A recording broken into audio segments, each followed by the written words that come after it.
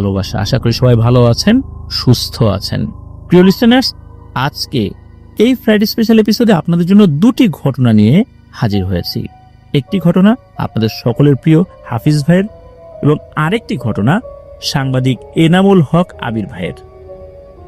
দুজনই আমাদেরকে দারুণ দারুণ গ্রামের ঘটনাগুলো পাঠিয়ে থাকেন, যার কারণে এই দুজনের ঘটনাই আপনারা শুনতে অনেক পছন্দ করেন। তো আজকে আপনাদের সকলের প্রিয় এই দুইজন ভাইয়ের ঘটনা নিয়ে আমরা হাজির হয়েছে। আশা করছি ঘটনা দুটি আপনাদের ভালো লাগবে। প্রিয় লিসেনার্স, চলে যাব আজকে আমাদের এই আয়োজনের প্রথম ঘটনায়। প্রথম ঘটনাটি থাকবে এনামুল হক আবির ভাইয়ের, আর ওনার বাড়ি ঝালকাঠি জেলার রাজাপুর উপজেলার শুক্তাগড় ইউনিয়নের নারকেলবাড়িয়া গ্রামে। তো উনি সাধারণত যেই ঘটনাগুলো আমাদেরকে পাঠিয়ে থাকেন, এই ঘটনাগুলোর খুব বিস্তারিত বিবরণ বলতে শুধু অল্প কিছু ক্ষেত্রে আমি দেখেছি উনি বলেছেন যে এই বিষয়টা বলা যাবে না। এছাড়া অধিকাংশ ক্ষেত্রেই উনি খুব ডিটেইলসে আমাদেরকে ঘটনাগুলো শেয়ার করে থাকেন, বিভিন্ন ব্যক্তিদের নাম, সেই ব্যক্তিদের পরিচয়, এই সব কিছু, যার কারণে ওনার ঘটনার সত্যতা নিয়ে আসলে আমাদের কোনো চিন্তাই থাকে না। প্রিয় লিসেনার্স, আজকে এমন একটি ঘটনা শেয়ার করব, এই ঘটনারও অনেক ডিটেলস বিবরণ রয়েছে। আপনারা হয়তোবা গুগলে সার্চ করলেও এই বিষয়ের কিছু কিছু তথ্য পেয়ে যেতে পারেন, যেটা সবাই জানে। আর যেই বিষয়টা কেউ জানে না, খুব অল্প লোক জানে, এই বিষয়টি মূলত আজকে ঘটনার মাধ্যম দিয়ে আপনারা ইনশাআল্লাহ জানতে পারবেন। হয়তোবা ওই এলাকারও অনেকেই জানতে পারবেন। চলুন মূল ঘটনাতে চলে যাই। ঘটনার সময়কাল 2016 সাল, আর ঘটনাটি মূলত যেই জায়গাকে কেন্দ্র করে ঘটেছে, এটা ঝালকাঠি খুলনা মহাসড়কের একটি জায়গা। ওখানে রঘুনাথপুর নামক একটা জায়গা রয়েছে, আর আরেকটা জায়গা রয়েছে ওই জায়গাতেই, ওখানে বিশ্বাস বাড়ি বলে পরিচিত। অ্যাডভোকেট সঞ্জীব কুমার বিশ্বাস, এই ব্যক্তির নাম হয়তোবা স্থানীয়ভাবে অনেকেই জেনে থাকবেন। তো এই বিশ্বাস চাচার বাড়ির সামনে একটি ব্রিজ রয়েছে, ওই ব্রিজ কেন্দ্রিকই মূলত ঘটনাটি। এই ব্রিজটি সকলের কাছে বিশ্বাসবাড়ি ব্রিজ নামেই পরিচিত। ঝালকাঠি খুলনা মহাসড়কের রাজাপুর মেডিকেল মোড় থেকে বরাবর 2 কিলোমিটার পশ্চিম দিকের মনোহরপুর গ্রামের শেষে মূল সড়কের উপর যে ব্রিজটি রয়েছে, সেই ব্রিজ কেন্দ্রিক উক্ত ঘটনাটি ঘটেছিল। ব্রিজটির পূর্ব পাশে মনোহরপুর গ্রাম শেষ হয়ে গেছে, আর পশ্চিম পাশ দিয়ে রঘুনাথপুর গ্রাম শুরু। ব্রিজটি আগে একটি স্টিলের তৈরি বেইলি ব্রিজ ছিল, সেটি ভেঙে 2016 সালে নতুন করে আরো একটি ব্রিজের কাজ শুরু করে ঝালকাঠি সড়ক বিভাগ। 2016 সালে দরপত্রের মাধ্যমে ব্রিজটির নির্মাণ কাজ পায় ঝালকাঠির কামরুল ইসলামের মালিকানাধীন মেসার KSB ঠিকাদারি প্রতিষ্ঠান। তিনি ব্রিজটির উত্তর পাশ থেকে বিকল্প রাস্তা তৈরি করে ব্রিজটি ভেঙে আনুষঙ্গিক কাজ শুরু করে দেন। পর্যায়ক্রমে চলতে থাকে ব্রিজ তৈরির আনুষঙ্গিক কাঠামোর কাজ। এরই মাঝে শুরু হয় ঠিকাদার কামরুল ইসলামের স্বপ্নযোগে কিছু সমস্যা, যেমন ওই স্থানে নাকি 27টি মহিষ কেটে ওইখানে কুরবানি দিতে বলা হয়, মানে ওগুলোকে জবাই করতে বলা হয়। স্থানীয় ভাষা এটাকে রয়ানি বলে। রয়ানি শব্দটির অ্যাকচুয়াল অর্থ আমার জানা নেই, হয়তো আপনারা স্থানীয় যারা আছেন তারা হয়তো ভালো করে বুঝতে পারবেন আর কি। মূলত 7টি মহিষ কেটে রয়ানি দিতে বলা হয়। তবে স্বপ্নের মধ্যে বলা হয় যে এই মহিষগুলো কিন্তু হিন্দু ধর্ম অনুসারে যেভাবে জবাই করা হয় ওইভাবে জবাই করতে হবে। তো ওনাকে এই বিষয়টা বলা হয়। এখন উনি তো কন্ট্রাক্টর মানুষ, খুব ব্যস্ত মানুষ, এবং বাংলাদেশের প্রথম শ্রেণীর কন্ট্রাক্টরদের মধ্যে উনি একজন। তো উনি এরকম ছাড়া বাংলাদেশে অসংখ্য নির্মাণ কাজগুলো করেন। আর স্বপ্ন তো শুধু স্বপ্নই, উনি এই বিষয়টাই মনে করেছেন। তিনি এই বিষয়টার খুব একটা পাত্তা না দিয়ে কাজ চলমান রাখেন। তবে দিন দিন তার স্বপ্নযোগে এই বিষয়টা বারবার দেখার ফলে তিনি যোগাযোগ করেন ওই এলাকার স্থানীয় একজন রাকি, তার নাম হচ্ছে মোহাজ্জেল ওঝা। উনি মোহাজ্জেল ওঝা নামেই পরিচিত ছিলেন। তো এই মোহাজ্জেল ওঝা ছিলেন একজন খুব বড় মাপের একজন রাকি। তিনি সাধারণত গরিব মানুষদের একদম ফ্রি চিকিৎসা দিতেন। আর তিনি এই এনামুল হক আবির ভাইয়ের আম্মুর সহপাঠী ছিলেন, মানে ওনারা আবার একসাথে লেখাপড়া করেছিলেন, সেই সম্পর্কে মামা হতেন আর কি এই এনামুল হক আবির ভাইয়ের।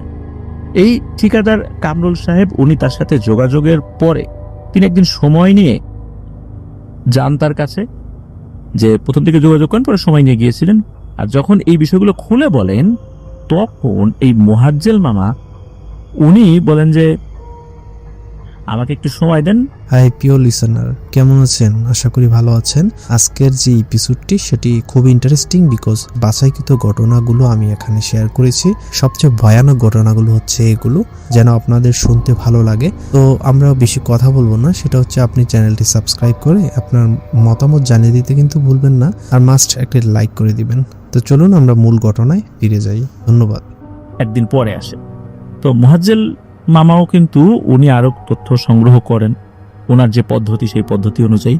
তো পরের দিন যখন এই কামরুল সাহেব গিয়েছেন, তো ওনাকে সাফ সাফ বলে দেন যে আমি আপনাকে এই বিষয়ে কোনো ধরনের সহযোগিতা করতে পারবো না।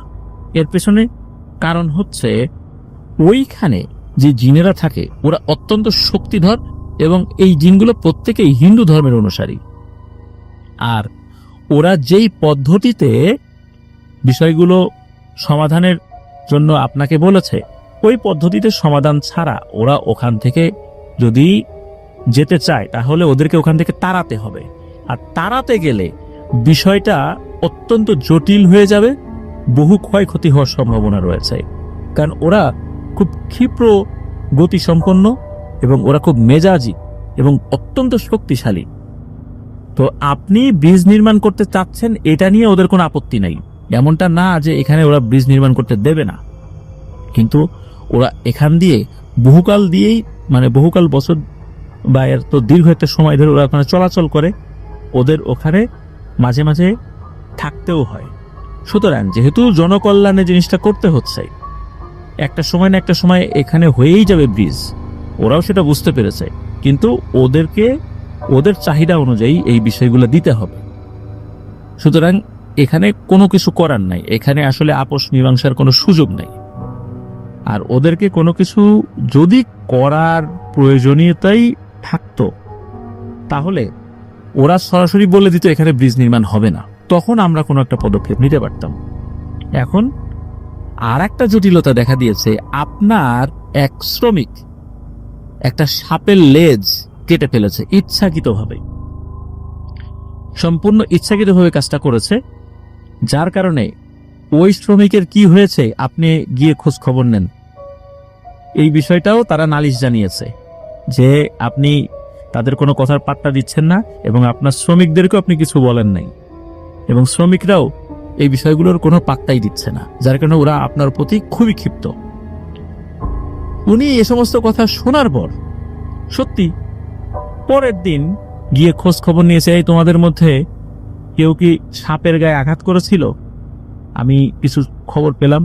তখন ওদের মধ্যে থেকে একজন বলছে যে হ্যাঁ, আমাদের মধ্যে থেকে একজন ও কোদাল দিয়ে মাটির কিছু কাজ করার সময় একটা সাপ বেরিয়ে পড়ে, তো সাপটি দৌড়ে চলে যাচ্ছিল, ও ইচ্ছাকৃতভাবে দৌড়ে গিয়ে কোদাল দিয়ে সাপটিকে সাপের মাঝ বরাবর, মানে একদম মিডিল বরাবর আঘাত করতে যায়, কিন্তু সাপটা আরেকটু এগিয়ে যাওয়ার কারণে সাপটি লেজে কোপ লাগে, যার ফলে লেজ কেটে পড়ে যায়, সাপটি যদিও পালিয়ে যায়।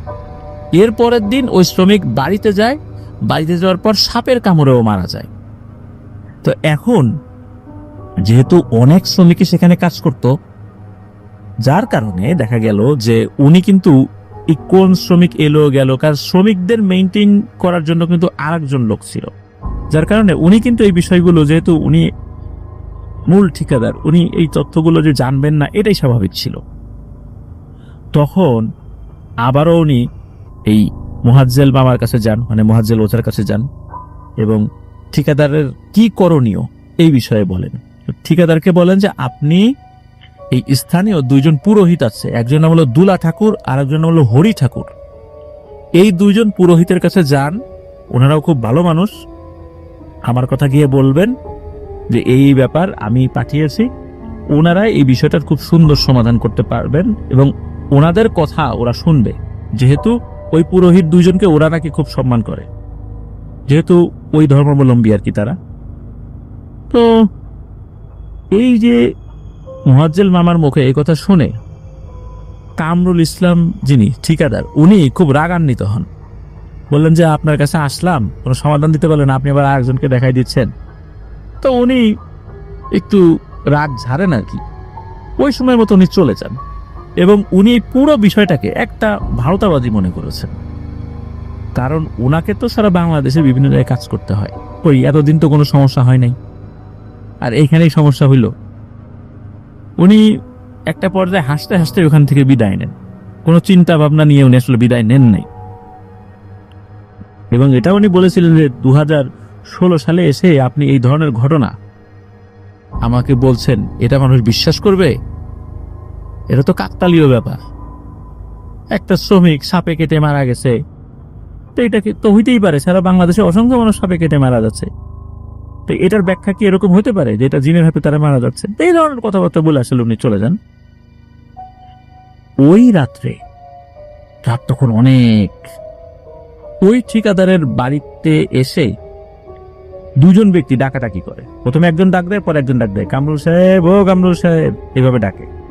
তো উনি স্বাভাবিক ডাক, মানে কোনো ভয়ঙ্কর কোনো ডাক না। তো উনি বাড়ি থেকে বের হয়ে এসেছেন, তো দেখেন চাদর দিয়ে মোড়ানো পুরো শরীর। নর্মালি তো আসলে যারা ঠিকাদারের কাজ করেন, অনেক চাঁদাবাজ বিভিন্ন ধরনের মানুষদেরকে তো তাদেরকে হ্যান্ডেল করতে হয়। তো উনি তো দেখে ভয় পেয়েছেন এই অর্থে যে হয়তোবা তাকে ক্ষতি করার জন্য দুজন লোক এসেছে, কিন্তু না, অল্প সময়ের মধ্যেই ওনার সেই ভুলটা কেটে যায়। উনি দেখেন এই চাদর মুড়ি দিয়ে যে দুজন ব্যক্তি এসেছেন, এরা নিজেদের শরীর থেকে চাদরটা খুলে ফেলল এবং এতটা বিভৎস এবং ভয়ঙ্কর চেহারা, এটা দেখে কোনো মানুষের পক্ষে ঠিক থাকা সম্ভব নয়। ওনার পুরো শরীর কাঁপতে শুরু করে, পা কাঁপাকাঁপি শুরু করতে থাকে, আর তখন ওই দুইটি অবয়বের মধ্যে একটি অবয়ব খুব রাগান্বিত কণ্ঠে একরকমের গর্জন করে বলতে থাকে, এই কামরুল, তোকে অনেক সময় দেয়া হয়েছে, অনেকবার সুযোগ দিয়েছি, তোকে একজন ব্যক্তি ভালো একটা পরামর্শও দিয়েছে, আমরা দেখছিলাম তুই কি কাজ করিস, তুই ওইখানেও হাস্যরস করে ওখান থেকে চলে আসছিস, তুই কোনো পদক্ষেপ নিস নাই, তোকে আর আমরা কোনো সুযোগই দেব না। সুযোগ দিয়েছিলাম, যেহেতু তুই সেটা সদ্ব্যবহার করিস নাই, আমাদের জিনিস আমরাই ছিনাই নেব। এইটা বলার সাথে সাথে নাকি ওই অবয়ব দুটো অদৃশ্য হয়ে যায়। প্রিয় লিসেনার্স, খেয়াল করুন, ওরা কিন্তু 27টি মহিষ চেয়েছিল, 27টি, নাম্বারটা খেয়াল রাখবেন। তো ওই অবয়ব দুটো অদৃশ্য হয়ে যায়। ওই অবয়ব দুটোকে দেখে ওই ঠিকাদার এতটাই ভয় পেয়েছিলেন, কোনো মতে খালি রাতটা পার করার অপেক্ষায় ছিলেন। ফজরের আজানের পরই উনি ছুটে গিয়েছিলেন সেই মোহাজ্জেল মামার কাছে।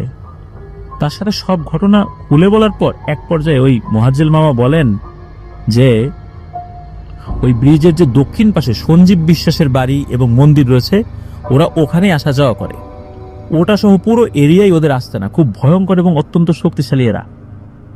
আপনি সহ আপনার লেবাররাও অত্যন্ত অবহেলা করেছেন, ওরা বারবার সতর্ক করার পরও আপনি ওদের কথার কর্ণপাত করেন নাই। এখন কি ঘটবে আমি জানি না, আমি এটার কোনো সমাধান দিতে পারবো না, এটা আমি আগের থেকেও আপনাদেরকে বলেছি। এখন কি করবেন না করবেন আপনি ব্যবস্থা নেন। এর মধ্যে কি হয়, ওই সরকারি বাজেট সংক্রান্ত আরো কিছু জটিলতায় ওনার কিছু বিল আটকে যায়। ওই বিল আটকে যাওয়ার কারণে ওই ব্রিজের নির্মাণ কাজ একটা সময় এসে কিছুদিনের জন্য বন্ধ হয়ে যায়। তো এরপরে কিন্তু বিষয়টা ওইখানে থেমে যেতে থাকে। ওই ঠিকাদার কামরুল সাহেব অন্য কোনো স্বপ্ন টপ্ন দেখেছিলেন কিনা এই বিষয়ে কোনো তথ্য পাওয়া যায় না। এরকম করে প্রায় 2 মাস নির্মাণ কাজ বন্ধ ছিল। আর ওই যে পাশের যে সাইড রাস্তাটা তৈরি করা হয়েছিল, ওখান দিয়ে খুলনার যে রূপসার বাস স্টপেজ, ওখান থেকে ধানসিঁড়ি নামে একটা পরিবহন আছে, ওই ধানসিঁড়ি পরিবহনের একটি বাস 30 জন যাত্রী নিয়ে বরিশালের উদ্দেশ্যে ছেড়ে আসে। এর মধ্যে 3 জন যাত্রী অবশ্য নেমে যায়, বাকিদের নিয়ে গাড়ি চলমান অবস্থায় ওই বিশ্বাসবাড়ি ব্রিজের সামনে এসে পড়ে। এখন ওই ড্রাইভারটি উনি কি একদম নতুন ড্রাইভার ছিল, নাকি কোনো কারণে সে ভুল দেখেছিল, না কি হয়েছিল এই বিষয়ে জানা যায় না। ওই ড্রাইভারটি কি করেছে, বিকল্প রাস্তা দিয়ে না ঢুকে, মানে ব্রিজ নির্মাণাধীন সময় কিন্তু আমরা দেখি যে বিকল্প একটা ব্রিজ পাশে থাকে এবং একটা ছোট্ট একটা বেইলি ব্রিজও করা থাকে কিছু কিছু জায়গায়, নাহলে মাটি পেলে ওইখানে বাস বা অন্যান্য যানবাহন ওঠার জন্য একটা রাস্তা করা হয় আর কি। তো ওই ড্রাইভার কি করেছে, চলন্ত গাড়ি বিকল্প সড়ক দিয়ে না ঢুকিয়ে সরাসরি ব্রিজের উপরে উঠিয়ে দিয়েছে।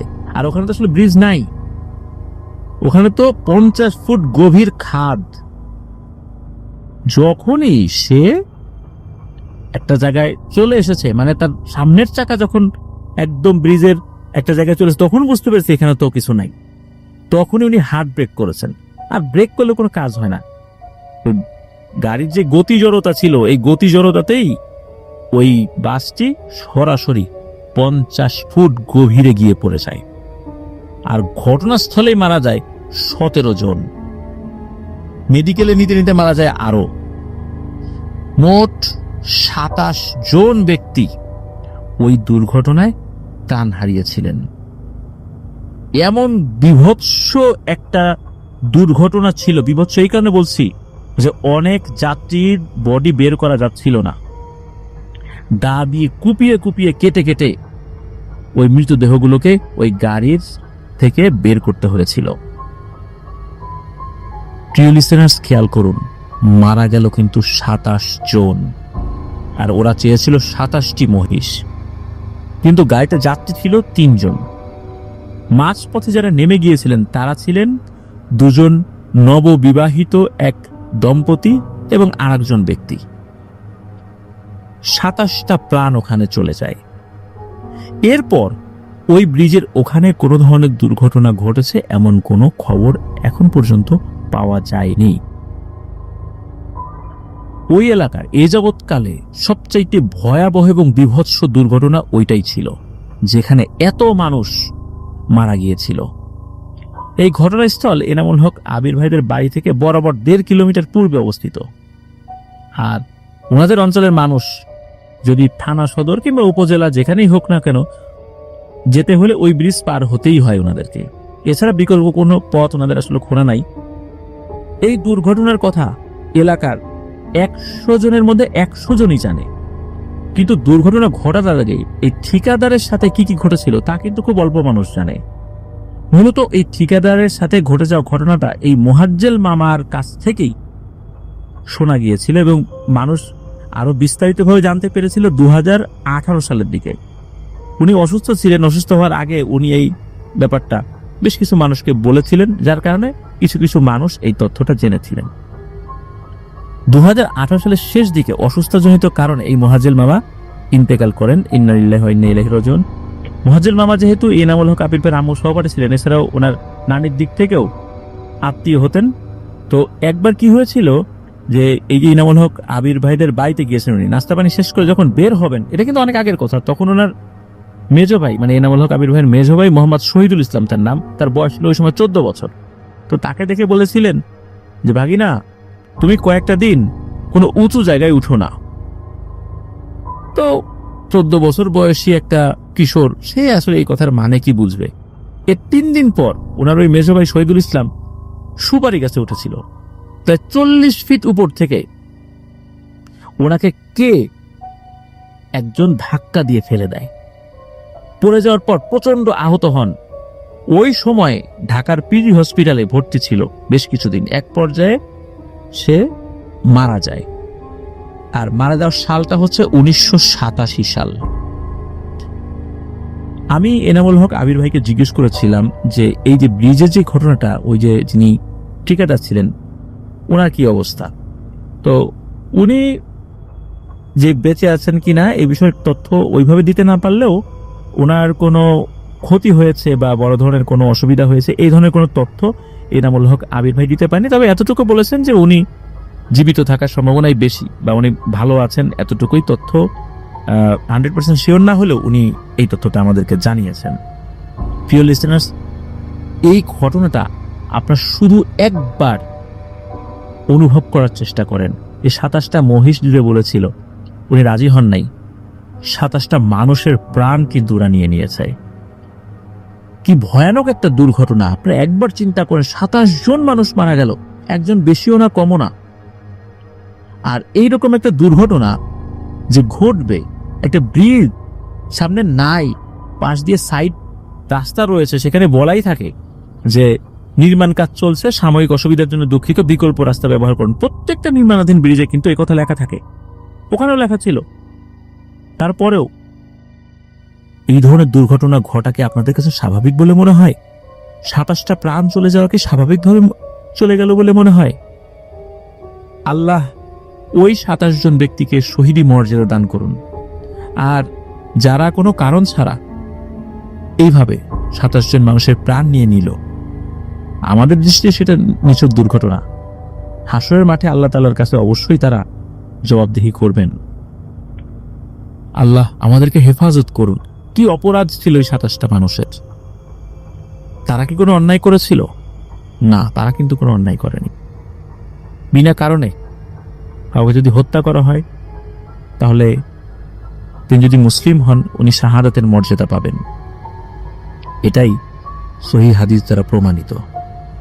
আর এটা তো শুধু দুর্ঘটনা না, এটা এক ধরনের হত্যাকাণ্ডও বলা চলে। কারণ এই হত্যাকাণ্ড কোনো মানুষের দ্বারা হয়নি, যার কারণে হয়তো বা কোনো জায়গায় বিচার আচার পাওয়া সম্ভব নয়। কিন্তু আল্লাহ তাআলার দরবারে এটা নিয়ে তো সবাইকে জবাবদিহি করতে হবে, তাই না? এই 27 জন মানুষের পরিবার, এই পরিবারগুলোর কি হলো? ওই জিনগুলো কি এটার কোনো জবাব দিতে পারবে? আমরা আমাদের জায়গা থেকে এই ঘটনাটা শেয়ার করলাম প্রিয় লিসেনার্স। আমাদের এই ঘটনার মাধ্যমে আশা করছি ওই এলাকার অনেকেই ওই দুর্ঘটনার মূল কারণ সম্পর্কে অবগত হলেন, যারা জানতেন না। অনেকেই জানতেন, কিছু কিছু মানুষ জানার পরে তারা যখন বিভিন্ন মানুষদেরকে বলেছে তারা জেনেছেন। প্রিয় লিসেনার্স, এখানে একটি কথা বলি। আমি তো দীর্ঘদিন সুনামগঞ্জে ছিলাম, প্রায় 3 বছর আমি সুনামগঞ্জে ছিলাম। তো সুনামগঞ্জ থেকে একদিন আমি ঢাকার উদ্দেশ্যে আসছি, শ্যামলী পরিবহনে একটি বাসে উঠে। বাসটা ছিল বৃহস্পতিবারের দিন সকাল 9:30টার দিকে, যতদূর মনে পড়ে, বা 10টার দিকে একটি বাস। তো আমি উঠেছি, ওঠার পর আমার পাশের সিটে একজন ভদ্রলোক বসেছেন, দাড়িওয়ালা একজন ভদ্রলোক। তো যাওয়ার পথে একটা সময় উনি ফোনে কথা বলছিলেন। তো ফোনে কথা বলার পর্যায়ে মানে একটা সময় বিভিন্ন নির্মাণ রিলেটেড বিষয় নিয়ে কথা বলছিলেন। তো আরেকটা পথ এগিয়ে যাওয়ার পর রানীগঞ্জ নামক একটা জায়গা রয়েছে, যদিও ওই দিকে ওই সময় বাস ঢুকতো না, এখন যায় সুনামগঞ্জ থেকে সরাসরি সিলেটে না গিয়ে ওই বাসগুলো এখন রানীগঞ্জ হয়ে ওই দিক দিয়ে ঢাকায় আসে, আউশকান্দি হয়ে। যারা ওই রুটে আছেন তারা বুঝতে পারবেন আর কি। ওই সময় রানীগঞ্জের ব্রিজ একটা দুর্ঘটনা ঘটেছিল বলতে কি, ব্রিজ নির্মাণের আগেই ব্রিজটার নিচের পিলার ধসে পড়ে, যার ফলে ব্রিজটা আবার পুনর্নির্মাণ করতে হয়। তো উনি কথা বসে একসময় রানীগঞ্জ ব্রিজের একটা কথা বললেন। তা আমি আবার কৌতূহলী হয়ে এই বিষয়টা তাকে জিজ্ঞেস করলাম। তো কথা প্রসঙ্গে উনি জানালেন উনি একজন প্রথম শ্রেণীর ঠিকাদার। উনি সুনামগঞ্জে এসেছেন বড় একটা ব্রিজের, হাওড় এলাকা একটা ব্রিজ হচ্ছে, ওই ব্রিজের কন্ট্রাক্টরের সাথে যোগাযোগ করে। উনি সাব কন্ট্রাক্টর যিনি দায়িত্ব নিয়েছেন, উনি মেইন কন্ট্রাক্টর আর কি। তো উনি যখন কথা বলছিলেন, কথা বলার একটা পর্যায়ে আমার কাছে মনে হলো উনি যেহেতু সারা বাংলাদেশে বিভিন্ন জায়গায় ব্রিজ নির্মাণ করেন, তো ব্রিজ নির্মাণ করতে গিয়ে ধরনের সমস্যা তো হয়। তা আমি সুযোগ বুঝে ওনাকে প্রশ্ন করলাম। তো উনি অত্যন্ত ভদ্রলোক, উনি বললেন যে আসলে আমি তো ব্রিজ মেইন টেন্ডারটা আমি নেই, এরপর আমি সাব কন্ট্রাক্টে দিয়ে দেই। কোনো ঘটনা ঘটে থাকলেও আমার জানা নাই। তবে হ্যাঁ, একটা ব্রিজ করতে গিয়ে, এটা অবশ্য সুনামগঞ্জের ওইদিকে না, উনি বলেন যে উত্তরবঙ্গের কোন একটা জায়গায় করতে গিয়ে একটা বড় ধরনের দুর্ঘটনা ঘটেছিল। ব্রিজের পাইলিং করার সময় ওটা তার ছিঁড়ে যায়। তখন ওখানে কোনো শ্রমিক নিহত হয়েছিলেন কিনা আমার ঠিক মনে নাই, মানে আমাকে যখন বলেছে আমার ঠিক মনে নেই। সম্ভবত উনি বলেছিলেন যে একজন শ্রমিক মারা গিয়েছিলেন, আর একজন শ্রমিকের হাতে লেগেছিল, যার ফলে তার হাত কেটে গিয়েছিল, মানে কেটে বাদ দিতে হয়েছিল। আমার যতদূর মনে পড়ে উনি এরকম একটা দুর্ঘটনার কথা বলেছিলেন। উনি বলেছেন যে ওনার জানা মতে উনি এই ধরনের একটা প্রবলেম ফেস করেছিলেন একবার, এবং ওই শ্রমিকের পরিবারকে বেশ মোটা অঙ্কের ক্ষতিপূরণও উনি দিয়েছিলেন। তো এটা উনি বলেছিলেন। এছাড়া উনি সাব কন্ট্রাক্টে দেওয়ার কারণে ওইখানকার যে মূল ঘটনা যেগুলো ঘটে এগুলো সম্পর্কে উনি অবগত হতে পারেন নাই, এটা আমাকে জানিয়েছিলেন। তো আমি সুযোগ বুঝে ওনার কাছ থেকে ঘটনা সংগ্রহ করার চেষ্টা করলেও আসলে ওনার জানা ছিল না, আর জানা থাকলে উনি হয়তো বা কোনো কারণে আমাকে বলতে চান নাই, এমনও হতে পারে। তো ঢাকা পর্যন্ত আমরা একসাথে এসেছিলাম, চমৎকার মানুষ, অনেক গল্প করেছিলাম, কিন্তু প্যারানরমাল বিষয় নিয়ে আর আসলে বেশি কথা বলা ওনার সাথে হয়নি। প্রিয় লিসেনার্স, এটি ছিল ঘটনা।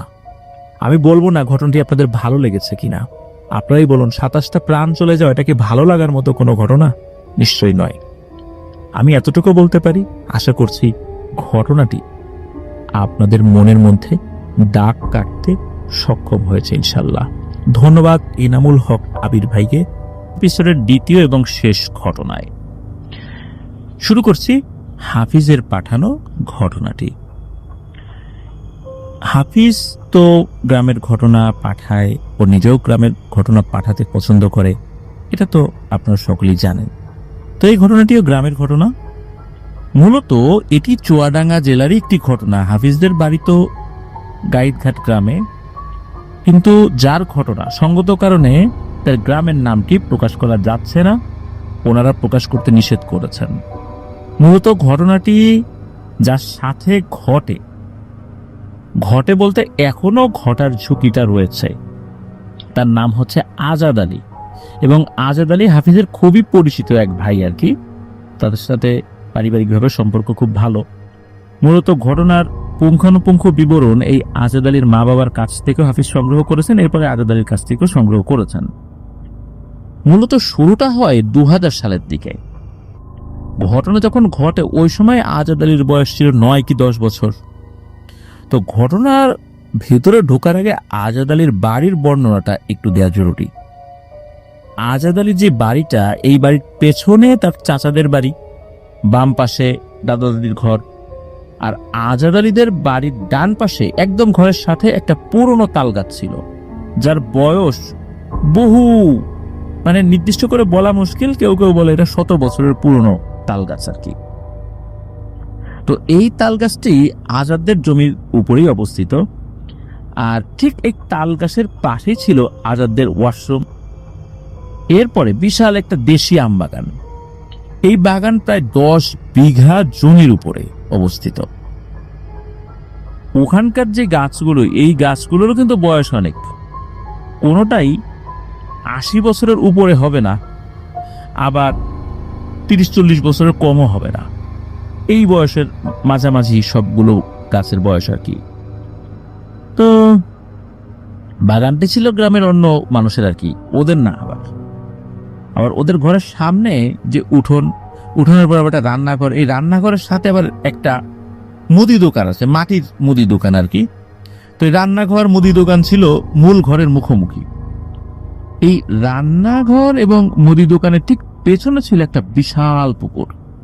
এত বর্ণনা দেওয়ার পেছনে কারণ রয়েছে, কারণ এই ঘটনার মাঝখানে অধিকাংশ এই বর্ণনাগুলোই আপনারা পেয়ে যাবেন। তো আজাদের বয়স তো 9-10 বছর ওই সময়। এই আজাদের কিন্তু একটা নেশা ছিল, খুব ভোরবেলা ফজরের আজানের পরে বা আগে, মানে যখন আলো ফোটে না তখন সে ওই আম বাগানের ভিতরে আম কুড়াতে যেত। ওই আম বাগানে আম কুড়ানো হওয়ার পর যদি আশেপাশে অন্য কোনো আম বাগান থাকতো সেখানে আম কুড়াতে যেত। আম গাছে উঠে কখনোই পারত না, শুধু রাতের বেলা যে আমগুলো নিচে পড়তো এই আমগুলোই সে কুড়াতো। আর দিনের বেলাতে সেই বিভিন্ন বাগানে ঘুরে বেড়াতো, খেলাধুলা করতো তার বন্ধুদের সাথে। তা এই যে বাগানের সাথেই ওদের জায়গার উপরেই ওদের একটা নিজস্ব ওয়াশরুম ছিল আর কি। আর গভীর রাতেও একা একাই ও ওয়াশরুমে যেত, যত রাতই হোক ও যেতে ভয় পেত না, কারণ এই জায়গাতেই সে জন্মের পর থেকেই দেখে আসে সবকিছু, বড় হচ্ছে, সুতরাং এখানে ভয় পাওয়ার কিছু নাই। তো এবার আসি আমরা মূল ঘটনাতে। সময়টা ছিল বৈশাখ মাস, সবে আমের ভেতরে শ্বাস বা আটি হওয়া শুরু হয়েছে।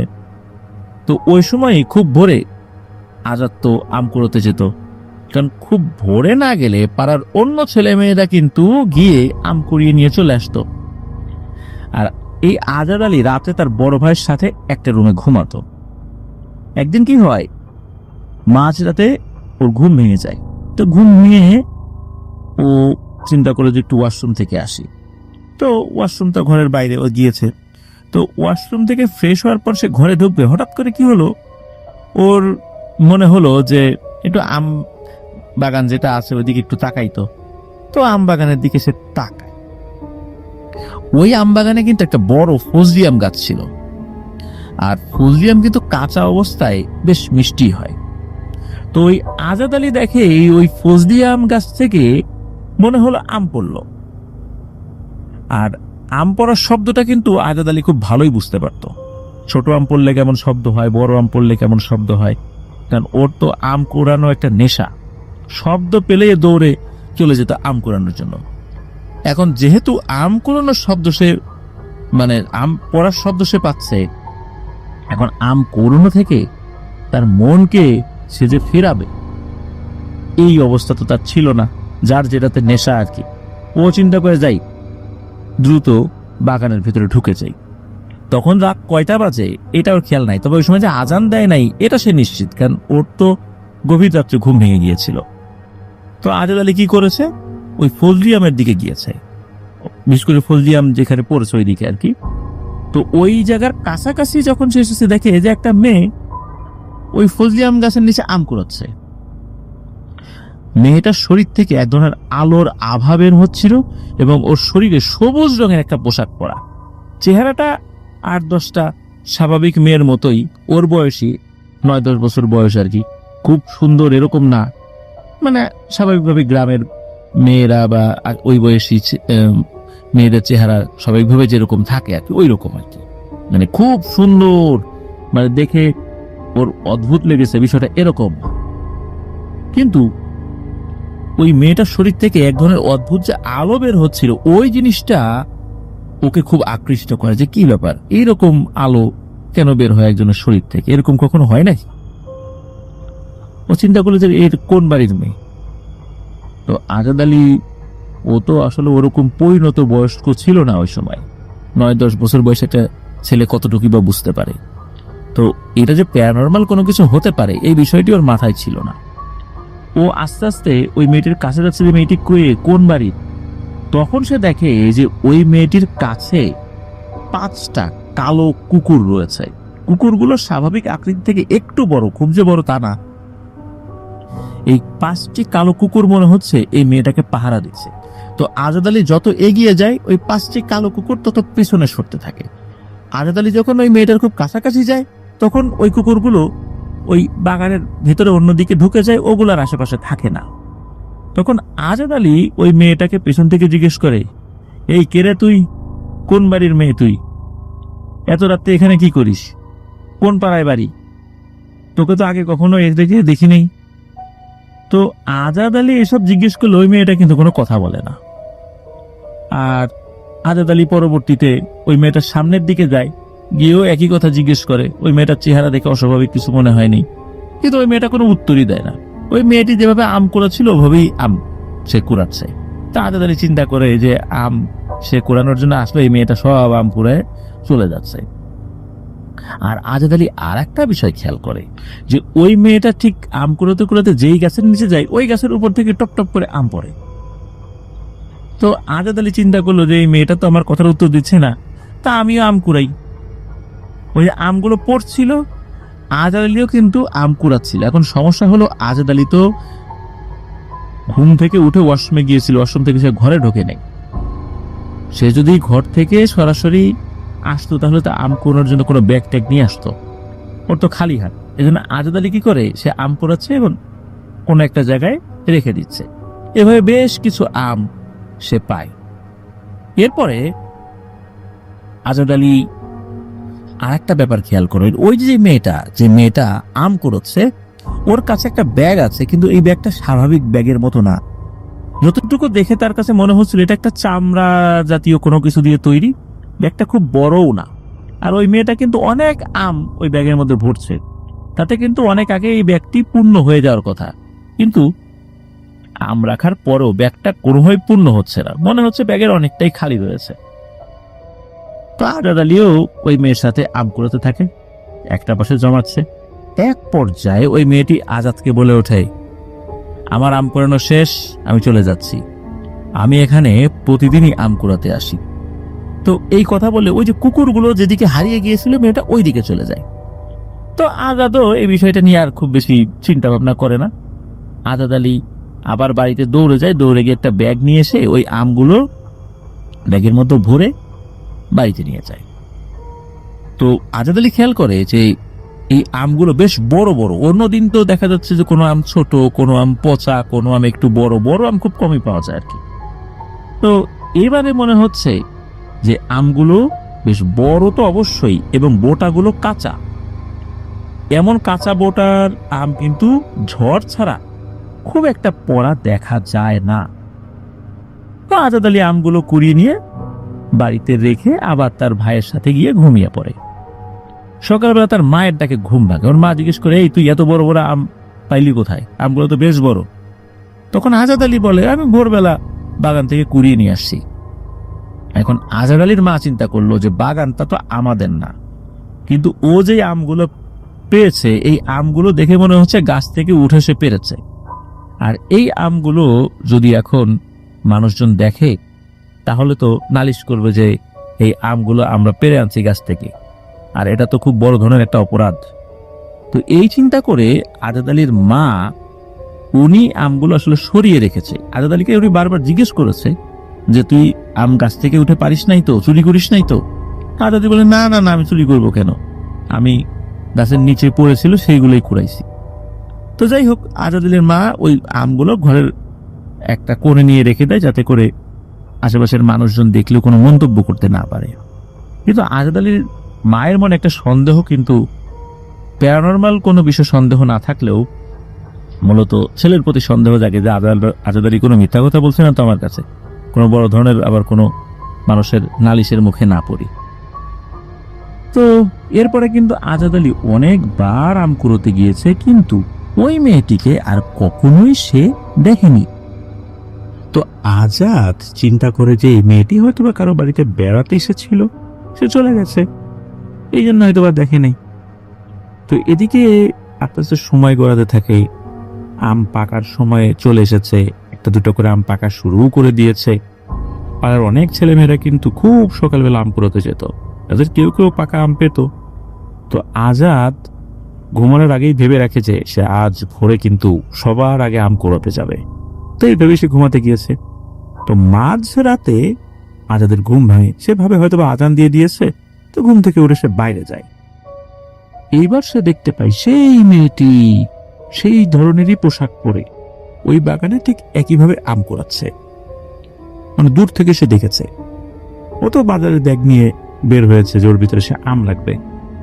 সে ওই আম গাছের নিচে যায়। তো গিয়ে দেখে ওই মেয়েটি অনেকগুলো আম বিভিন্ন গাছের গোড়ায় গুছিয়ে রেখেছে। তো আজাদ একটা জিনিস খেয়াল করে যে আম বাগানের ভেতর দিয়ে আসার সময় মনে হচ্ছিল যে ওই মেয়েটি ঠিক যেই গাছের নিচ দিয়ে যায় ওই গাছ থেকে আম পড়ে। এইটা কিভাবে সম্ভব?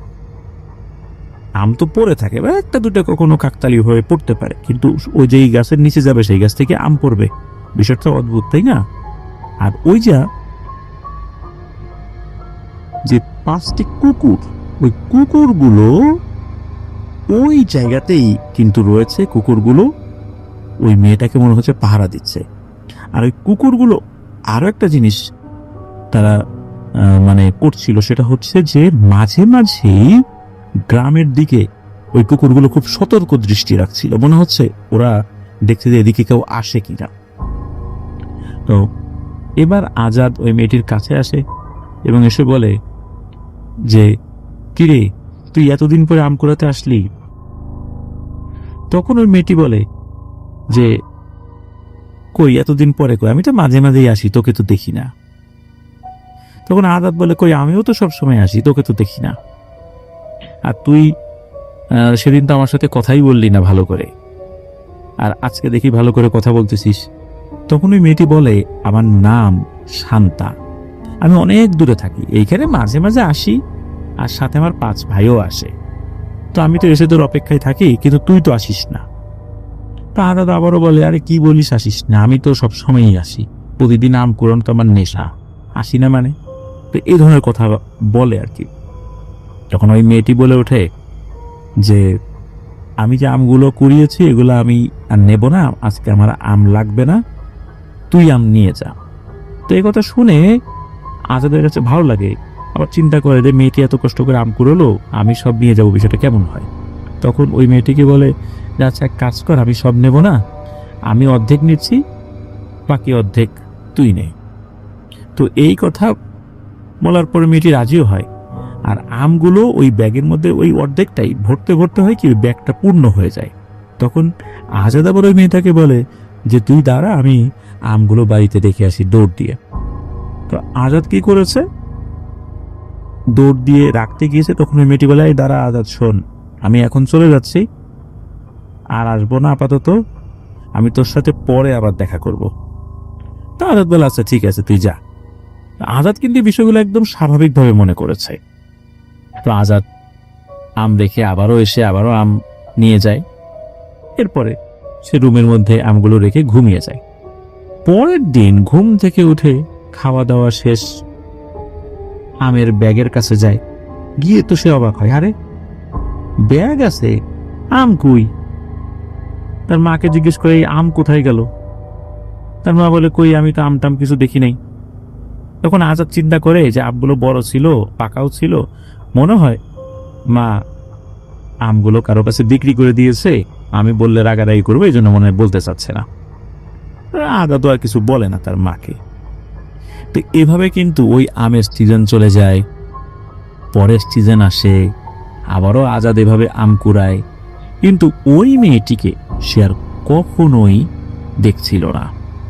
দীর্ঘ একটা সময় চলে যায়, ওই মেয়েটিকেও সে দেখেনি, ওই কুকুরটাকেও দেখেনি, না ওই আম বাগানে না অন্য কোনোখানে রাতের বেলা আসা যাওয়ার সময় কখনো সে দেখেনি। কিন্তু দীর্ঘ এই সময়ের মধ্যে সে কখনো না দেখলেও তার বয়স যখন 17 কি 18, মানে প্রায় 9 বছর হয়ে গিয়েছে, এমন একটা সময় এর মধ্যে সে দেখেনি। তো আজাদ একদিন গভীর রাত্রে ওয়াশরুমে যাওয়ার জন্য বাইরে বের হয়েছে, আর ওয়াশরুমটা কিন্তু ওই যে তাল গাছের পাশেই ছিল, মরশুমের সাথেই তো তাল গাছ, বা ওটার পাশে আবার আম বাগান, এগুলো তো শুরুতে আমরা বলেছি। তো আজাদ যখন ওর সময় যাচ্ছে তখন দেখে আম বাগানের ভেতর থেকে একটা বিশাল আকৃতির পাখির মতো কিছু একটা এসে তাল গাছের উপরে বসলো। অনেক সময় রাতের বেলা বড় আকারের পেঁচা আসে, তো মনে করছে এরকমই কিছু একটা। কিন্তু এরপরে সে দেখে ওই আম বাগানের ভেতর থেকে বেশ কিছু প্রাণী হবে, মনে হচ্ছে ভেঙে চুরে ওদের বাড়ির দিকে আসছে। ভালো করে খেয়াল করছে যে জিনিসটা কি আসে। আজাদ দেখে যে 5টি কালো কুকুর এইগুলো দৌড়ে আসছে। মূলত এইগুলো আসার ফলেই এক ধরনের ভয়ানক শব্দ হচ্ছিল। স্বাভাবিক কোনো কুকুর দৌড়ে আসলে এই ধরনের শব্দ হয় না, মানে ভেঙে চলে আসতেছে এমন শব্দ হওয়ার কথা না।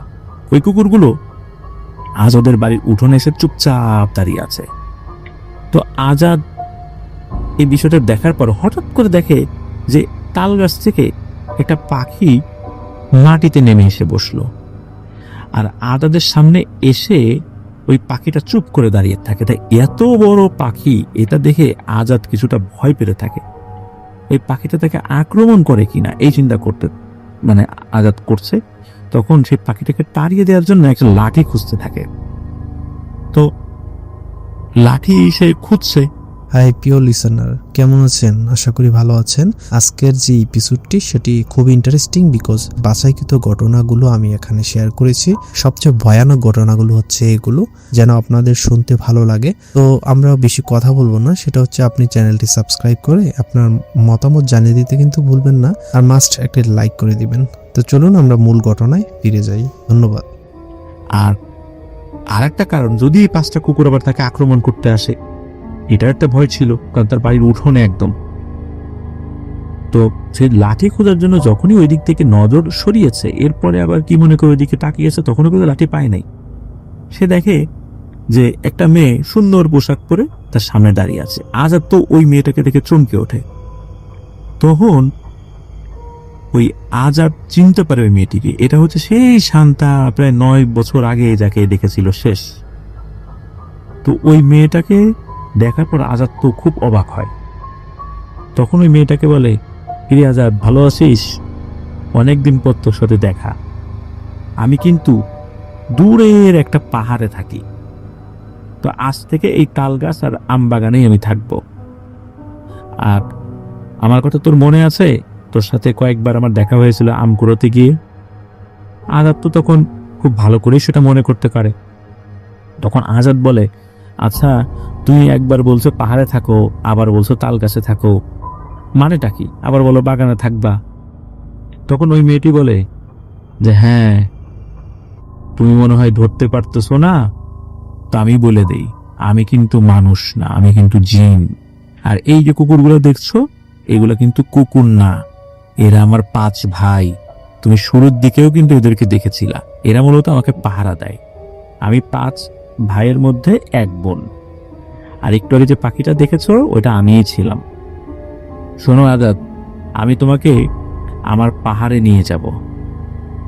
আজাদ যখন শুনেছে তাকে পাহাড়ে নিয়ে যাবে, তখন মনে হচ্ছে, আর এই ধরনের কথাবার্তা যখন শুনেছে যে তার চোখের সামনে কুকুরগুলো দাঁড়িয়েছে, এগুলো জিন, একটু আগে পাখি দেখেছিল, সেই পাখি এখন মানুষ হয়ে গেছে, সেই আবার বলছে যে আমি জিন, ও তো ভয়ে একদম পাথর হয়ে গেছে, মুখ দিয়ে কোনো শব্দ উচ্চারণ করতে পারছে না। হঠাৎ করে কি হয়, ওর আপন এক চাচার একটা ঘর ছিল পাশেই, তার 1.5 মাস বয়সে একটা বাচ্চা ছিল ওই সময়। ওই বাচ্চাটা হঠাৎ করে কান্না করে ওঠে। আর ওই বাড়িটা একদম কাছাকাছি, তো ওই কান্নার শব্দ শোনার সাথে সাথে আজাদ ওই বাড়ির দিকে তাকিয়েছে। তাকানোর সাথে সাথে তার শক্তি ফেরত আসে। মানে তার যেই একটা মোহ সৃষ্টি হয়েছিল, সে নড়াচড়া করতে পারছিল না, একদম পাথর হয়ে গিয়েছিল ভয়ে, তখন তার শরীরের শক্তিটা আবার পুনরায় ফেরত আসে। তখন আবার সামনে তাকিয়ে দেখে ওই মেয়েটিও নাই, ওই কুকুরগুলোও নাই। আজাদ তো ভয়ে এক দৌড়ে রুমে গিয়ে শুয়ে পড়ে, ওই রাত্রে কিছু বলে না। তবে আজাদ এই বিষয়টা কিন্তু গোপন করেনি। ও সকালবেলায় তার দাদাকে সবকিছু শেয়ার করে। আর শেয়ার করার পর তার দাদা এইসব শুনে বেশ কিছুটা চিন্তিত হয়ে যায়। কারণ উনি তো আগের মানুষ, এরকম ঘটনা যে ঘটতে পারে এগুলো কিন্তু উনি জানতেন। আর এই ঘটনা ঘটলে একটা মানুষের কি পরিণতি হতে পারে এটাও উনি জানতেন। উনি আগের মানুষ, অনেক কিছু বুঝতেন। উনি এতটুকু বুঝতে পেরেছিলেন যে এই জিনিসটা মোটেও ভালো কিছু না। জিনদের মধ্যে ভালো খারাপ আছে, কিন্তু এটা মোটেও ভালো কিছু না। তো আজাদের দাদা আজাদকে বলে, তোকে আজকে বিকালেই একজন কবিরাজের কাছে নিয়ে যাব, আমার জরুরি কিছু কাজ আছে মাঠে, এগুলো সারতেই হবে, এখন যেতে পারতেছি না, তোকে নিয়ে যাব। তো বিকেল বেলায় আজাদ গ্রামের এক কবিরাজের কাছে যায় তার দাদার সাথে। তো ওই কবিরাজ যে খুব নাম করা কবিরাজ বিষয়টা এরকম না, মানে ছোটখাটো বিষয়ের সমাধান করতে পারে, আর রিজুয়াল বিষয়গুলো ছোটখাটো জিনে ভূতে ধরা আর কি, এইরকম আর কি। তো কবিরাজের কাছে আজাদ প্রথম থেকে সব ঘটনা খুলে বলে। তখন কবিরাজ ওই আজাদ এবং আজাদের দাদাকে বলে যে, মুরব্বী, আপনি তো ঠিকই ধরছেন, আমার কাছে মনে হচ্ছে আজাদ খুব খারাপ কিছুর নজরে পড়েছে, আর এই জিনিসটা বেশ শক্তিশালী। আমার জ্ঞান যতটুকু আছে আমি চেষ্টা করে দেখি, সমাধান হলেও হতে পারে, আর যদি না হয় আমার জানা আরো ভালো একজন আছে, তার কাছে আমি পাঠিয়ে দেবো আপনাদেরকে। তো কবিরাজ তার মতো করে কিছু রুকিয়া করে দেন, এবং এটাও বলে দেন যে সে যেন দিনের বেলা চলাচলের ক্ষেত্রে সতর্ক থাকে, বিশেষ করে ওই বাগানে সে না যায়, আর রাতের বেলা কোনো কারণে যদি সে বের হয়, ওয়াশরুমে যাক আর বাইরে অন্য কোথাও যাক, অবশ্যই সাথে কেউ না কেউ যেন থাকে। তো আম বাগানে যাওয়ার ক্ষেত্রে খুব কড়াকড়ি কবিরাজ করে দেন আর কি। দিন হোক রাত হোক, কোনোভাবেই না। প্রয়োজন হলে অন্য লোক যাবে তার পক্ষে, কিন্তু ও যেন না যায়। তো এরপরে 2টা দিন কোনো সমস্যা হয়নি। 3য় দিন দুপুর বেলার ঘটনা, মানে একদম দিন দুপুরের ঘটনা। আজাদ ঘাস কাটার জন্য মাঠে যায়। ও তো আম বাগানে যায় নাই, মাঠেই গেছে, এই জন্য পরিবার থেকে ওকে কিছু বলেও নাই। আর একটা ছেলে মানুষ, 17-18 বছর বয়সে একটা ছেলে, এ কতক্ষণ ঘরে থাকতে পারে, তাই না? তো ও ঘাস কাটার জন্য মাঠে গিয়েছে। ঘাস কাটতে কাটতে একটা পরে সে ক্লান্ত হয়ে যায়, এবং পাশে থাকা একটা বড় বট গাছের নিচে বসে সে বিশ্রাম করবে, এই জন্য ওইদিকে হাঁটা শুরু করেছে। যখনই ওই বট গাছের কাছে গিয়েছে, তখনও কিন্তু গাছের নিচে সে বসে নেই। তখনই আজাদ দেখে বট গাছের উপর থেকে একটা সাপ নিচে নেমে আসছে। সাপটা বেশ বড় ছিল, কিন্তু খুব যে অস্বাভাবিক সাপের মতো আকার, বিষয়টা এরকম না।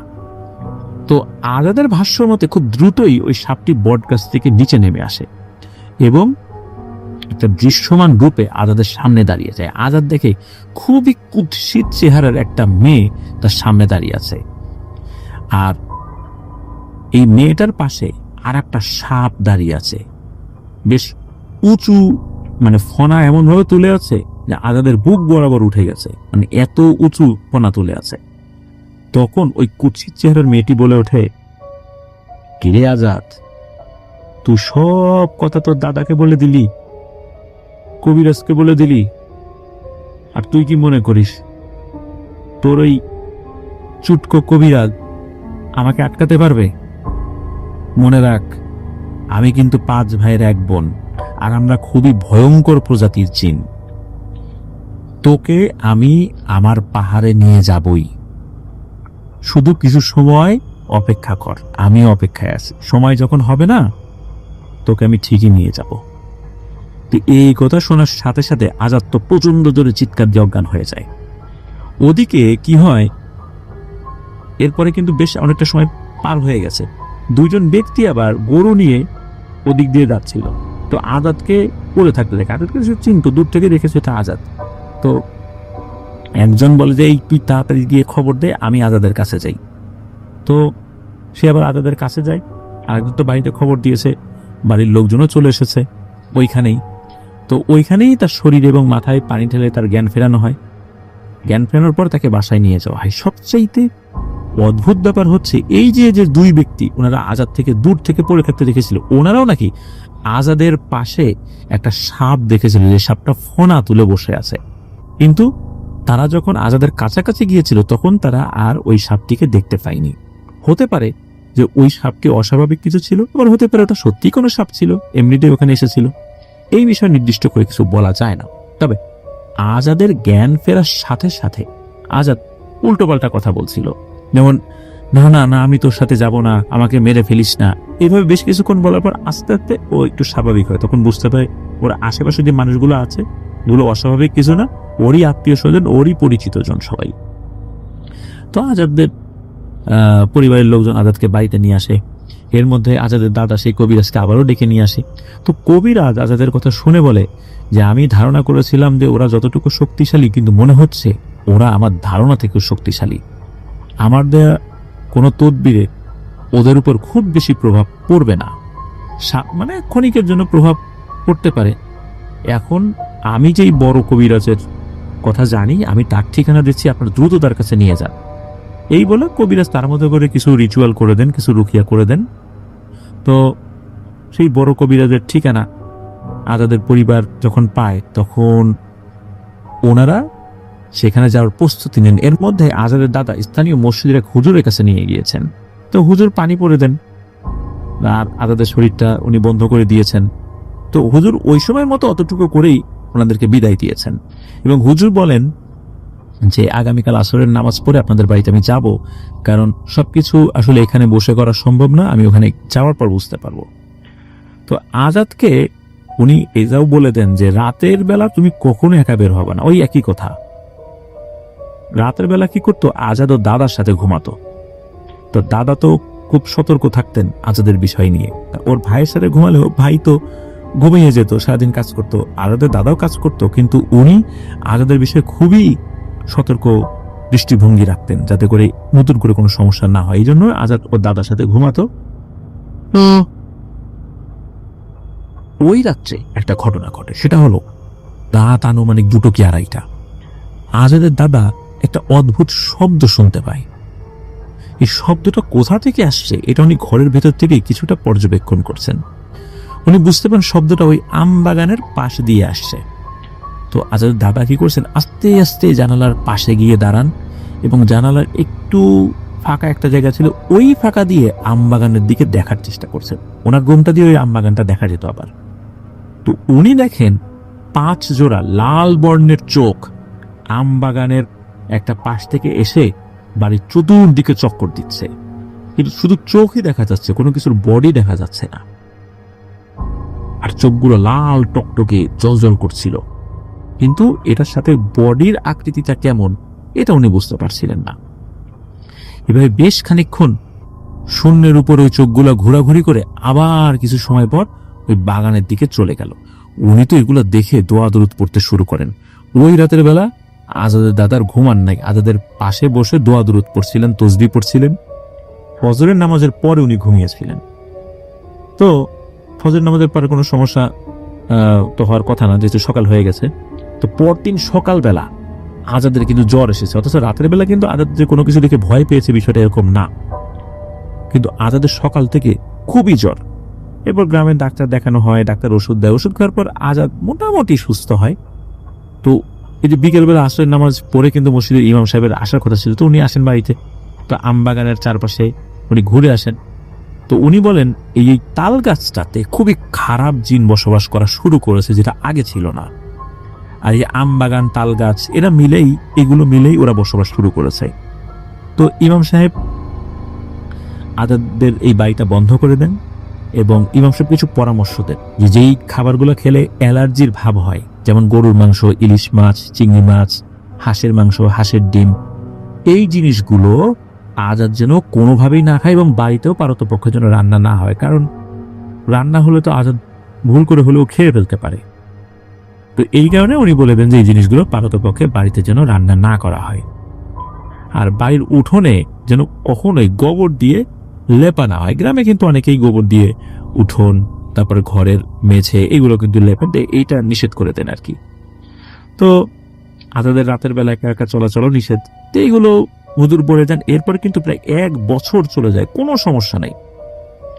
সবাই ধরে নেয় এই সমস্যা চলে গেছে, আর আল্লাহর রহমতে কোনো সমস্যা হবে না, বিপদ কেটে গেছে।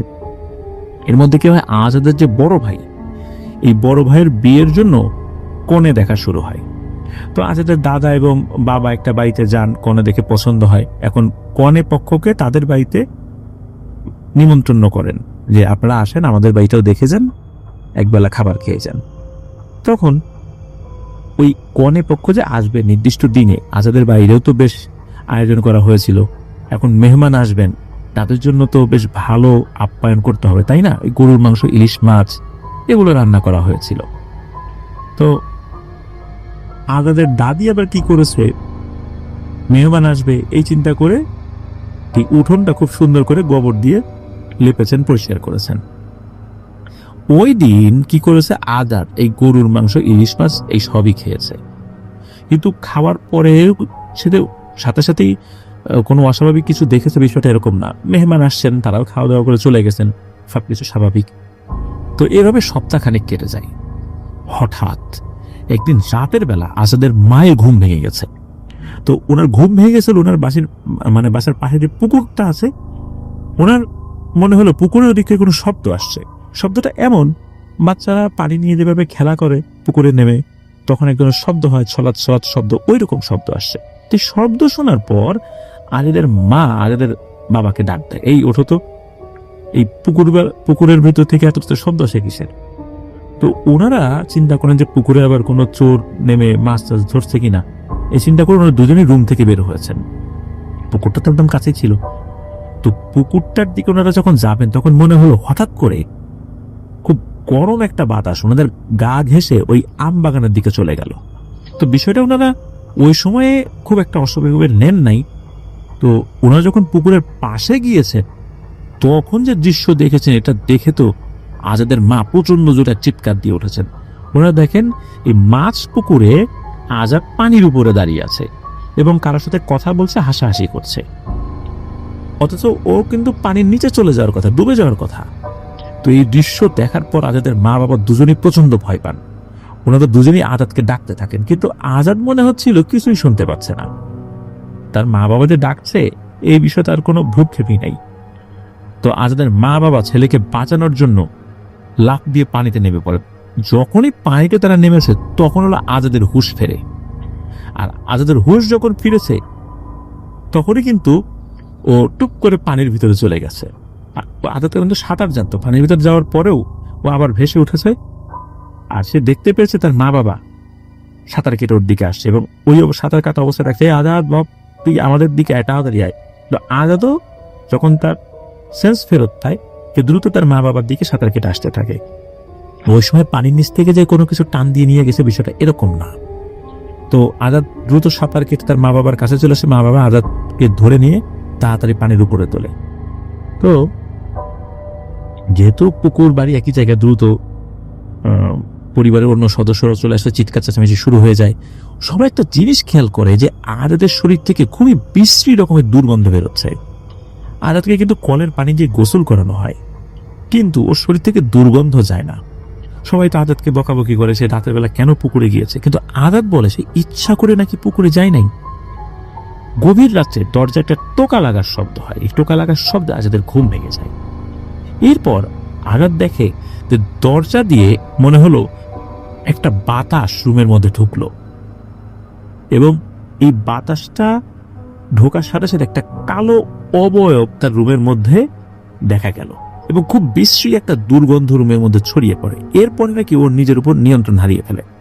ও চারদিকে সবকিছু দেখছিল, কিন্তু কোনো কিছুই সে বাস্তবে দেখছে বিষয়টা এরকম মনে হচ্ছে না। মনে হচ্ছে সে আধো ঘুম আধো জাগ্রত অবস্থায় দেখছে। আর ওই যে বাতাসটা ঢোকার পর একটা কালো অবয়ব হলো, এবং ওই অবয়বটা একটা ভয়ানক চেহারার একটা নারী অবয়বে পরিণত হয়। এরপরে ওই জিনিসটা নাকি ওকে হাত ধরে ঘরের বাইরে নিয়ে যায়। ঘরের বাইরে যাওয়ার পর আজাদ দেখে উঠোনের উপর 5টা কালো কুকুর দাঁড়িয়ে আছে এবং খুব রাগান্বিত দৃষ্টিতে আজাদের দিকে তাকিয়ে আছে। আজাদ কিন্তু ওই অবস্থায় অন্যান্য ঘরের দিকে তাকাচ্ছে, কিন্তু সে যে কাউকে ডাকবে এমন সেন্স তার ছিল না। এরপর সাপরূপী ওই অবয়বটা, মানে ওই অবয়বের কিন্তু একটা ব্যাপার ছিল, ওই অবয়বটা নাকি অর্ধেক মানুষের মতো ছিল, অর্ধেক সাপের মতো ছিল। এই বিষয়টাও আজাদ জানিয়েছিল। তো এরপরে ওই অবয়বটা সাধারণ মেয়ের আকার ধারণ করে। এরপর ওই মেয়েটা তাকে হাত ধরে পুকুরের উপর হাঁটতে হাঁটতে মাছ পুকুরে নিয়ে যায়। আর ওই মেয়েটা যা বলছিল ওনাকে তাই করছিল। আর কুকুরগুলো পুকুর পাড়ে দাঁড়িয়ে থাকে। হঠাৎ করে আজাদ পুকুরের পানিতে কোনো কিছু শব্দ পাওয়ার পর সে দেখে যে তার মা বাবা পানিতে নেমে সাঁতার কেটে আসে। তখন আর কি আজাদের সেন্স ফেরত আসে। তো এইসব শোনার পর পরিবারের সবাই বুঝতে পারে আজাদের সাথে আবার খারাপ কিছু হওয়া শুরু হয়েছে।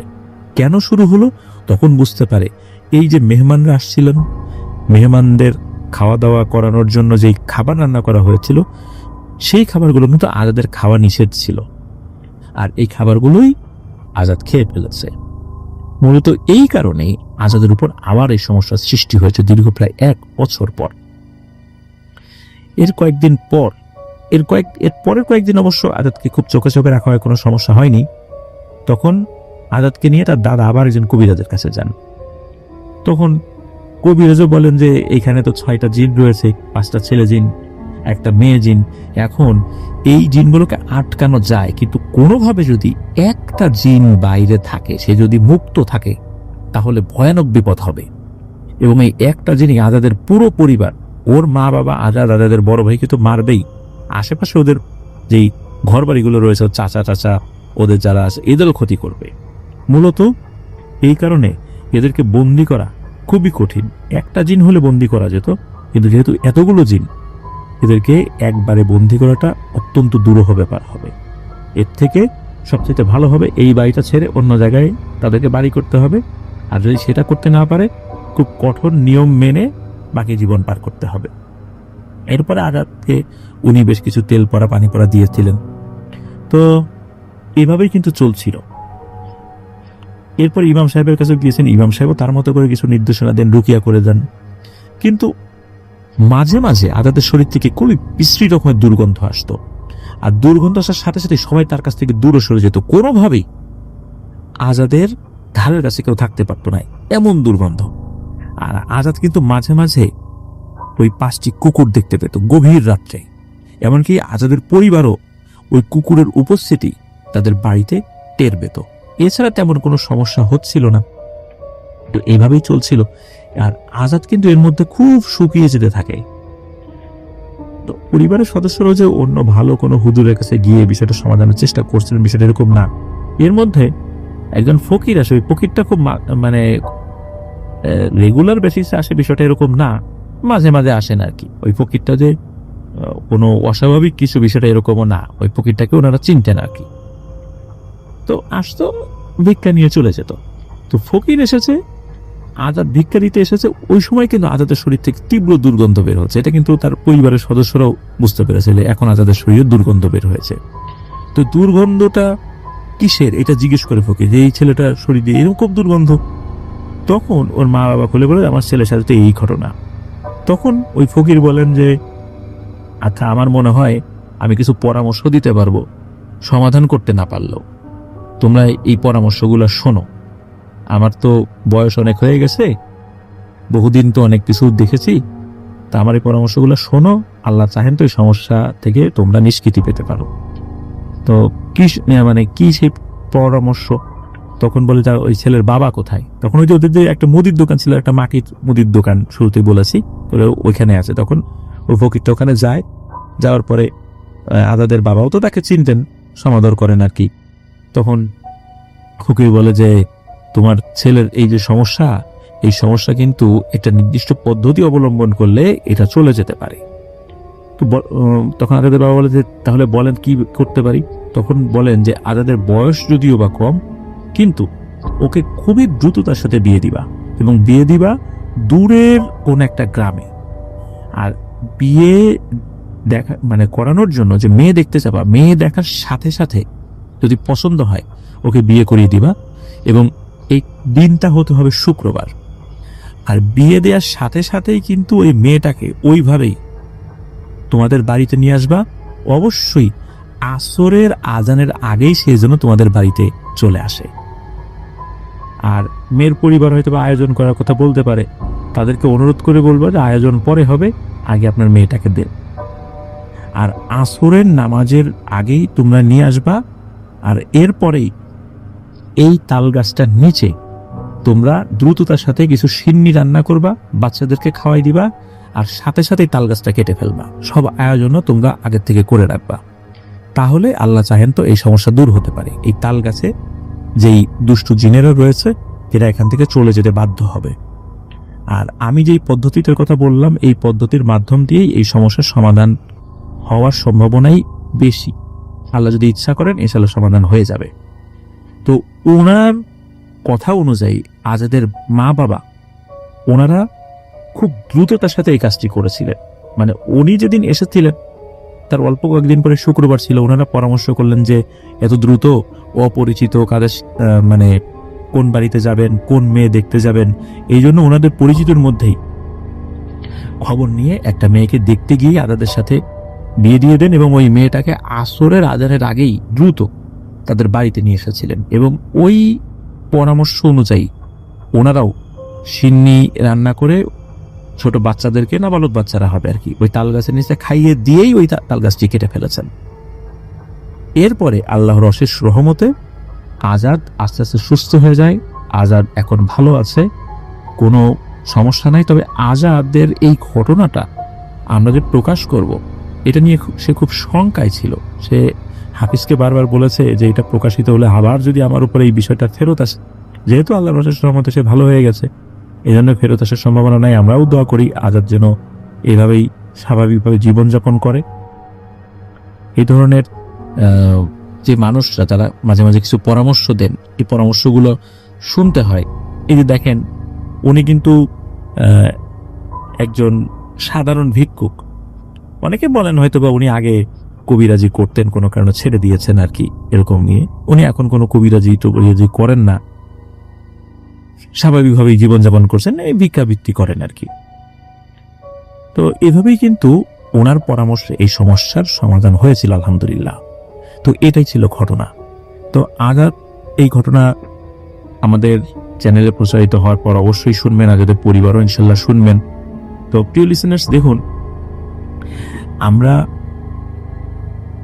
অনেক সময় বুঝতে পারি না যে এটা কি মানুষ না অন্য কিছু, এবং বোঝার ভুলের কারণে কিন্তু বড় ধরনের বিপদ আমরা ডেকে নিয়ে আসি। তো এই বিপদ আমরা কিন্তু অনিচ্ছা সত্ত্বেই ডেকে নিয়ে আসি। আল্লাহ সুবহানাহু ওয়া তাআলা ছাড়া এই ধরনের বিপদ আপদ থেকে কেউ আমাদেরকে রক্ষা করতে পারে না। এই জন্য আল্লাহ তাআলার কাছে সবসময় দোয়া করতে হয়, আল্লাহ আপনি আমাদেরকে হঠাৎ বিপদ থেকে হেফাজত করুন। হঠাৎ বিপদ বিভিন্ন ধরনের বিপদ হয়, এই হঠাৎ বিপদ থেকে আল্লাহ তাআলার কাছে পানা চাইতে হবে। আর দুষ্টু জিন এগুলোর থেকেও আল্লাহ তাআলার কাছে পানা চাইতে হবে। ইনশাআল্লাহ আল্লাহ তাআলা আমাদের দোয়া অবশ্যই কবুল করবেন যদি আমরা সবসময় আল্লাহর কাছে চাওয়ার মতো করে চাইতে পারি। আল্লাহ আমাদের সকল নেক দোয়াগুলোকে কবুল করে নিক। আল্লাহ তাআলা আমাদেরকে হেফাজতে রাখুন। ধন্যবাদ জানাচ্ছি হাফিজকে, ধন্যবাদ জানাচ্ছি আজাদ এবং আজাদের পরিবারকে যারা এই ঘটনাটা প্রকাশের অনুমতি দিয়েছেন। আবারও ধন্যবাদ জানাচ্ছি এনামুল হক আবির ভাইকে, যিনি ওনার ঘটনাটা আমাদেরকে দিয়েছেন। তো প্রিয় লিসেনার্স, আশা করছি আমাদের এবারের ফ্রাইডে স্পেশাল এপিসোডটি আপনাদের কাছে গ্রহণযোগ্যতা পেয়েছে